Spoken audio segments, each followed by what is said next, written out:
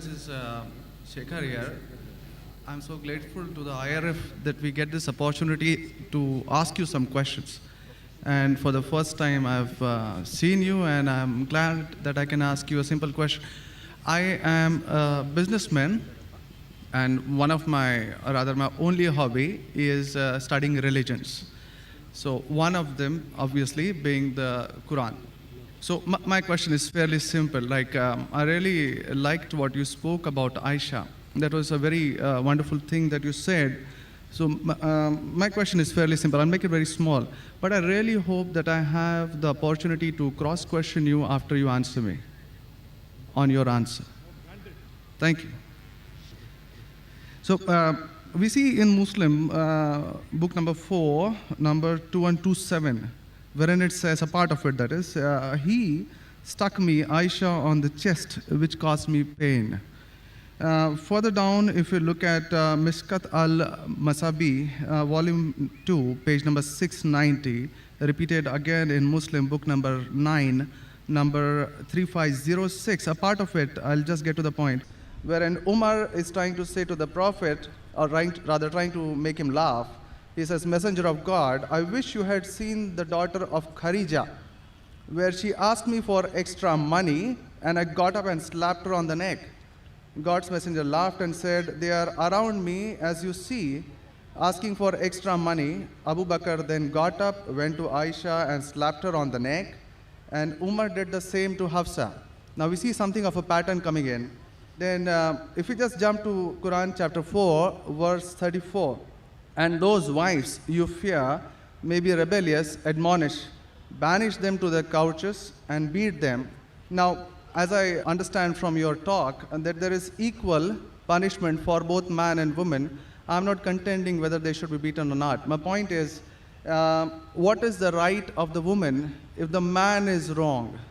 Because he gets to beat her up. Brother asked a very good question, and I give you the right to cross-question me after the answer. It is granted. The brother quoted hadith of Sahih Muslim and Mishkat al-Masabi. Do you know the relationship between Hafsa and Hazrat Umar? Well, I've not really got to the point that much. I'm still studying. Do you know the relationship of Aisha and Abu Bakr? May Allah be pleased with them both. Her father, if I'm not mistaken. That's right. I'm asking you a question. Are you married? Yes. Yes. Do you have a daughter? 2 of them. 2 of them, fine. I get to go to heaven. Sorry? I get to go to heaven. No. If you bring them up correctly, I remember with that. love and compassion, then you'll go to heaven, otherwise not. But, just kidding. But that is only righteous deed. Without iman, you can't enter Jannah. So for you to go to heaven, besides upbringing your 2 daughters correctly, you have to follow the laws of the Quran and the Sahih Hadith and be a believer. I understand. That we'll discuss after answer to you. I understand. After answer, inshallah. I'm asking a simple question. Suppose your daughter, if she wants to jump from a 10-story building, what will you do? I'll stop her. Is she adamant? What will you do? Point, yeah. You get the point, very good. If she wants to jump, no, I want to go. I want to fly like Superman. Dad, you are preventing me from being a Superman. What will you do? Well, I'll stop her, obviously. Will you slap her or not? If required. She says, no, I want to jump. What will you do? Well, I can ask it the other way around. What I'm if asking, my wife brother. sees, I'm asking. If she wants to jump from the 10-story, I will hit her. if required, not normally, you will say, अरे बेटी जान दो ना, Superman मत बनो. नहीं बनने का है अब्बा. जंप मारने का है. अब देखो कैसा उड़ती हूँ मैं. I want to fly. One flap. A father is cruel to be kind. Yes. Now, our beloved Prophet Muhammad said, anyone who does not love Allah and His Messenger more than his own life, he is not a Muslim. Anyone who does not love Allah and His Messenger more than his own life, he is not a Muslim. So there are many occasions what happened that sometimes they were disrespectful to the husband. Not a normal husband, Prophet Muhammad. There were many occasions, not one occasion. There are many occasions, Hazrat Umar, may Allah be pleased with him, and Hazrat Abu Bakr, may Allah be pleased with him. When they came to know that one of the wives has caused pain to the Prophet, they were the father-in-law of the Prophet. But they loved the Prophet not only more than their daughter, they loved the Prophet more than their own life. There are many occasions. Which occasion you are referring to, I don't know. There were occasions when they came to know that my daughter has caused pain to the Prophet of Allah. How dare she does it? They being father, they have the right to slap. Not you and me. For us, they are the Ummahatul Mu'mineen. They are the mothers of the believers. But yet, they were human beings. Even the wives of the Prophet. Though they were wives of the Prophet, they are the best examples, yet they were human beings and they did make mistakes. Like the ayah recited by the Qari, Surah Nisa chapter 4, 32. They want equal rights. There was in Surah Azab chapter 33, where the wives of the Prophet tell the Prophet, why don't you give us the luxury of this world? They objected, why are we undergoing such a life of poverty? So Allah sends a revelation. If you want this world, I will grant it to you, but you will not get Jannah. The verse of the Quran says, I will free you. That means, if you want, I will let you go free. Divorce, not that he divorced. And you can get the luxury of this world, but you won't get heaven in the hereafter. And the wives of the Prophet, they repented and they asked for forgiveness and Allah forgave them. So here also it's in context. And going against the Prophet is more bad than jumping from top. Jumping from top, your daughter will kill herself, that's it. Correct? But going against the Prophet is more bad. Did you get the answer? Sir, but my question still stands. I understood your point. I haven't completed my answer. Okay, you asked the question, no problem. My question is pretty simple. I haven't completed my answer yet, brother. All right. Because I know your question was in two parts. Then you quoted the verse of the Quran, Surah Nisa, chapter 4, 34. Yeah. And said about wife beating. I want to complete that before you answer. Otherwise, you said Zakir answered half. I only answered one part of your question regarding hadith. The second part is of Surah Nisa, chapter 4, verse number 34. Exactly after the verse that was recited by the Qari. After verse which says, Ar-Rijalu Qawwamuna 'ala an-Nisa, that the men are the protectors of the women. The verse says that if they're disobedient, then don't talk to her. After that, don't share the bed. Then the Arabic word is daraba, means beat her lightly. The Arabic word is beat her lightly, daraba. Ibn Abbas, may Allah be pleased with him, said, when you beat your wife, you should not beat on the face. Point number one. Point number two, when you beat your wife, there should be no mark left on her body. And he gave an example, beating with a miswak. Miswak is toothbrush. In modern way, I will say beating with a handkerchief. Handkerchief. Now, if you beat your wife with a handkerchief, it is symbolic. It is not wife bashing. Wife bashing is not allowed in Islam. Wife bashing means one shot on the face. Hit so hard so that the mark remains. She'll remember you for the next 1 week or 2 weeks. In Islam, wife bashing is prohibited. It is daraba, means beat her lightly. That means first you tell her she's wrong. You admonish her. Don't share the bed with her. Ultimatum. Last warning. Beat her lightly. Now, what I said, for any crime committed, the punishment is same. Punishment is same. Beating lightly is not a punishment, it is a warning. Can you do the opposite? Can the daughter hit the father? What if your daughter slaps you? Will you like it? No. Why? Equality. Let me complete my answer. You talk about equality. If your daughter slaps you, will you like it? No. No. There may be occasion when you get lunatic, when you become very old, and if you want to jump and then she slaps you, I will agree with her, correct? Though you said, no, I'm agreeing with you. I understand. I'm helping you. You understand, but you don't understand me. No, I do. I'm helping you. Okay. If you grow up and you become a lunatic, you become senile, you want to jump from the 10th story, your daughter says, Abba, mat karo, don't do, father. She may have to slap you. She's doing in good faith. Accept it. Right? Now here, where a husband is giving a warning to the wife, if the wife does the same, what will the retaliation be? Imagine, suppose there's a massive person, bodybuilder comes and acts macho with you. If a small man comes, maybe you'll hit him. A macho person, Arnold Schwarzenegger, comes and tells you something. Will you hit him?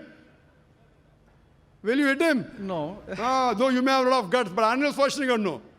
Why? Similarly, since Allah says in the previous verse, man has been given more strength than the woman. So a physical warning, a symbolic warning, a man can give to a woman can't give to a man. A woman can't. There are other things.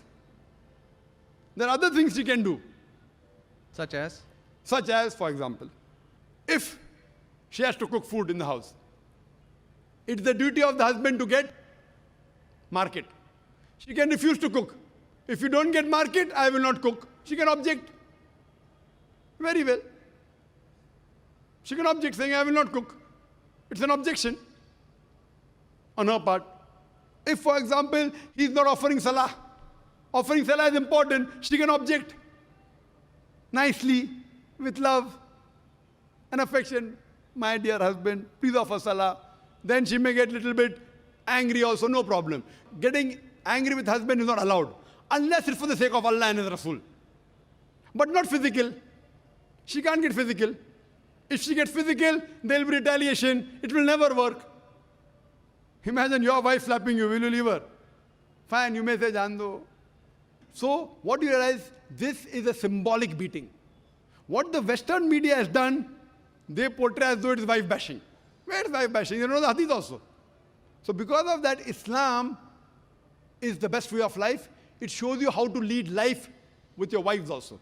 Hope that answers the question. If you have any counter question, you're most welcome, brother. Yes, actually 2 points on that. Primarily, the first thing that is said is a daraba, which means basically tapping. And as I understand from the Hans Word Dictionary, it comes from the word idrib. And now, if you look at it, the Arabic word is used in 2 ways. One, to strike up a poem, the word idrib, from which the word darwa is taken out. The first is to strike up a poem, and the second, which is used 12 times in the Quran, is a physical action of striking. Strike off? Strike up a poem, or strike up a poem. Strike up a poem, metaphorically. Second part is the physical action of striking. It's used again in Surah 8:12, wherein it about an angel strike off their heads, strike off the very tips of their fingers. The same word is used. So how can the same word be interpreted there as lightly, but here as very good question. The second part. Very good question. Very good question. The second part is that if we come back to Sahih Bukhari, volume 7, number 715, again, the respectable, I truly mean that, respectable woman Aisha, a great scholar, I read about her, narrated, Aisha said that a lady came wearing a green veil and complained to her, that is Aisha, and showed her a green spot on her skin caused by beating. It was the habit at that time for women to support each other, means when they get beaten up, so you support each other. So when Allah's messenger came, Aisha said, I have not seen any woman suffering as much as a believing woman. Look, her skin is greener than her clothes. That was my second part. As for second part, I answer first, and first part, I answer second. No problem. She's complaining to the Prophet that somebody has done injustice to her. It doesn't end saying the Prophet agreed with it. If someone has done injustice, if we read ahead in some other hadith, the Prophet may have done justice to her. It doesn't say that someone beat her and the Prophet agreed with it. Correct? She is just reporting that maybe there is injustice done to a woman. That's it. The moment she's complaining means she's disagreeing with it. She didn't say, Prophet, I heard a very good thing I saw, that the woman was beaten up. The moment she's complaining means the wife, Hazrat Aisha, may Allah be pleased with her, disapproved of it. So the lesson we get from this is, no one should beat the woman such a way that she becomes green. But sir, see, the exact statement she makes is that I have not seen any woman, that's Aisha herself, it's not my interpretation, I have not seen any woman suffering as much as the believing woman. So we see at the time of Muhammad that women were really in very, very bad shape, even though... You know there are hadiths saying, I have not seen a person, a believing person like Hazrat Bilal suffering. What was he suffering from? His master tortured him and said, don't say there's one God and I will leave you. Hazrat Bilal, may Allah be pleased with him, on that death stone, he's agreed to die. He will say, I will not denounce Allah. I will keep on saying, La ilaha illallah Muhammad Rasulullah. There's no God but Allah and Prophet Muhammad is a messenger. He's taking the pain. That means if I say Hazrat Bilal is a believer who is being tortured, that does not mean that what act that being done on Hazrat Bilal, may Allah be pleased with him, is right. It is wrong. but he's a believer who's taking the pain. In this context, we have to see the context and go to the Shara. You have to see Fath al-Bari, and what was the woman? What was she? Who tortured her? Was it the master? Was she a slave woman? You have to go to the Shara. I'm not a muhaddith. I'm telling you what the answer can be. You have to go to the Shara and find out. Why was she? Who hit her? Who beat her? Did the husband do? Was the husband a believer? There are 10,000 reasons. But Just sir, because- excuse me, in Mishkat al-Masabi, Brother Shekhar, volume 2. Brother Shekhar, Yes. what I would like you to do, there are so many people waiting at all the mics. Precisely, concisely, I would like you to put your question in a few words and then close. Because you got such a big sheaf of papers, there are many people I see waiting with small slips just or one something. question. So we cannot allow this whole thing to go on. This is not a debate session. It's a question and Brother. answer session. I want you to put your question in the next 4 sentences. Let Dr. Zakir answer so that all the many ladies standing there here also get a chance. We have exactly 1 hour, 12 minutes left. We have very occupied sorry 20 about minutes already. Brother, initially you asked 2 questions answered. You said, I want a counter. What counter you gave? In the counter, you're asking 1 more question. I don't mind answering your 100 questions, but in this rule, 1 question at a time, go behind the queue, no problem. You asked 2 questions, give the answer. You said, I want a counter question. With the counter question, you're asking 1 more question. So, I'm very kind, I don't mind. I would love. After finishing, you can come in the cabin. And inshallah, I will answer all your questions. I want to ask you, after I answer your question, what will you do? Will you believe in the religion Hazrat Aisha believed? Yes or no?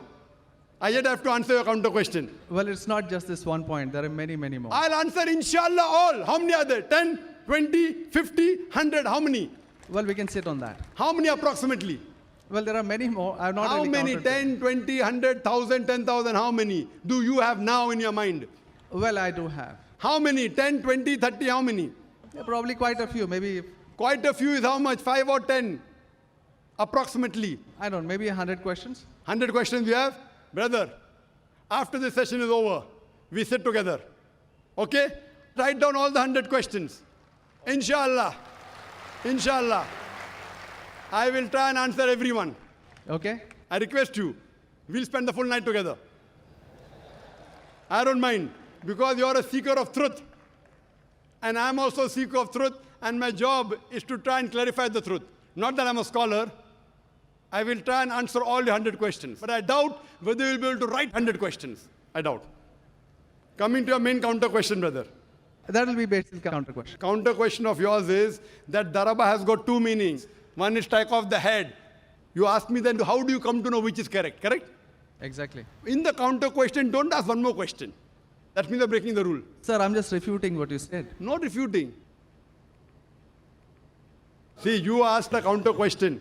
Counter question was of daraba has got meaning of striking. That is the counter question. In that counter question, you asked 1 more question.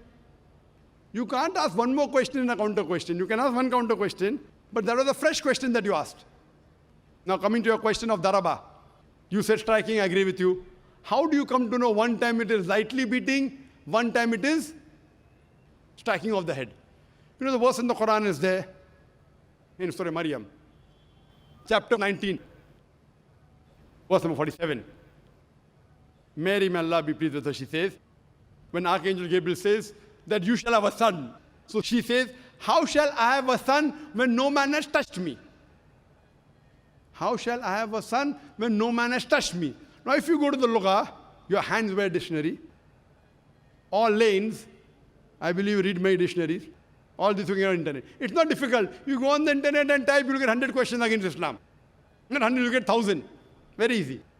Not that a person has done research. If you had done research, you'd have come to know who was whose father and who was whose husband and mother, everything. But you go on the internet, you get this very easy. Now, the Arabic word masa has got 2 meanings. Physical touch, it means sexual touch. So when Mary, may Allah be pleased with her, she says, how shall I have a son when no man has touched me? It is understood. It is not physical touch, it is sexual touch. Correct? Yes. Similarly, there are several verses in the Quran.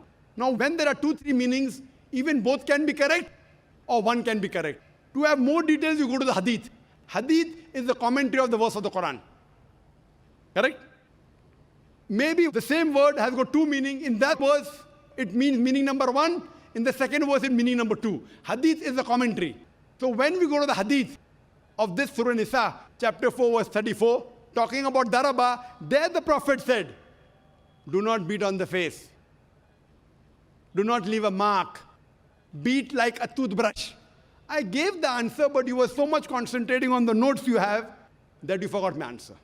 If you have heard my answer, that if there are 2-3 meanings, all meanings may not be right. Maybe one is right, maybe 2 are right, maybe all 3 are right. Therefore, you have to go back to the Prophet. The Quran says, Atiullah, Atiur Rasul. Obey Allah and obey the Messenger. So when there are 2-3 meanings, you have to go to the hadith and find out what did the Prophet mean by that word. So there when it says strikes off that, it means strikes off. Here it means strike lightly. So therefore, if you know the supplement to the commentary of the Quran, it's the hadith. Without the authentic hadith, you cannot understand Islam. So a prophet said, it means beat lightly, like beating with a toothbrush, don't beat on the face, don't leave a mark on the body. So these are the guidance given by Rasul. Therefore, it is obligatory that besides the Quran, you have to follow the authentic hadith. Hope that answers the question. And inshallah, I'll wait for you after 10 o'clock in the speaker's lounge, inshallah. Yes, Brother Shekhar? Thank you. And I'll be since there. you have 2 daughters, you said you have 2 daughters and you want, sorry? And one son. The son, there's no hadith saying the son will take you to Jannah here. Yeah. If he becomes the pious son, and if he prays for you, inshallah, even he will be a path to Jannah. What I want to see to it that besides good deeds, you even have faith.